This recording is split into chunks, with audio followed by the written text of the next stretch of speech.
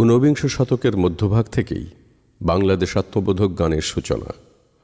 1868 সালে সত্যেন্দ্রনাথ ঠাকুর রচনা করেন মিলে সবে ভারত সন্তান গানটি। বাংলা ভাষায় রচিত এই গানটি ভারতবর্ষের প্রথম উল্লেখযোগ্য দেশগান। 1905-এ রবীন্দ্রনাথে এসে বাংলা দেশগানের পূর্ণ বিকাশ।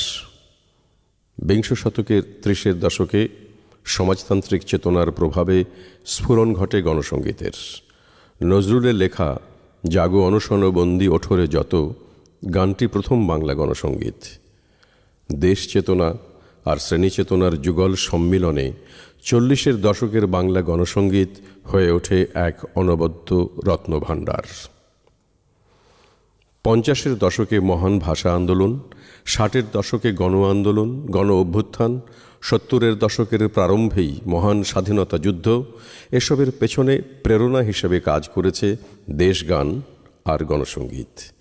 সংগ্রামের আবেগে, মুক্তির আকাঙ্ক্ষায় এ সময় যেন বাণ ডেকেছিল সৃজনশীলতার। রচিত হয়েছিল অজস্র গণসঙ্গীত, জাগরণের গান। জেগে উঠেছিল জাতি, অর্জন করেছিল বিজয়। মহান মুক্তিযুদ্ধ ধারণ করেছিল আমাদের দেশগান আর গণসঙ্গীতের সমগ্র ঐতিহ্যকে। তাই 1905-এ বঙ্গভঙ্গ বিরোধী আন্দোলনের সময় রবীন্দ্রনাথের লেখা একটি দেশগানই আজ স্বাধীন বাংলাদেশের জাতীয় সঙ্গীত।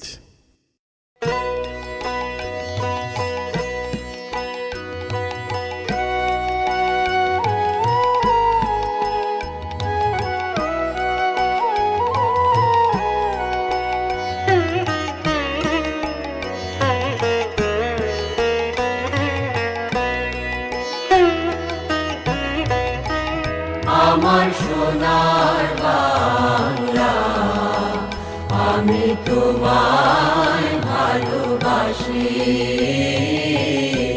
চিরদিন তোমার আকাশ, চিরদিন তোমার আকাশ, তোমার বাতাস আমার প্রাণে।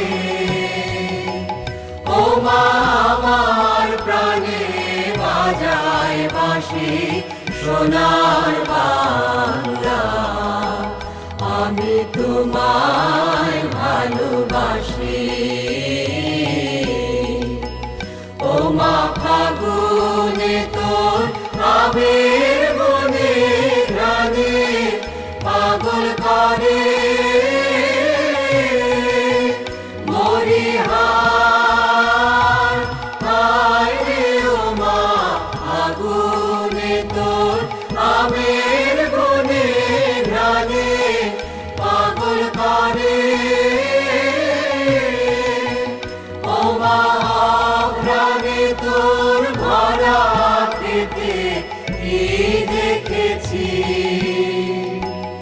আমি কি দেখেছি মধুর হাসি সোনার বাংলা, আমি তোমায় ভালোবাসি।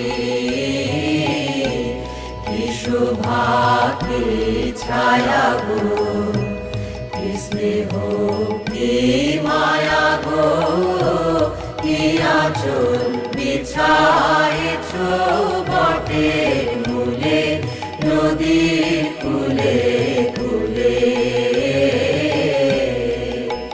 মা তোর মুখের বাণী আমার কানে লাগে সুধার মতো।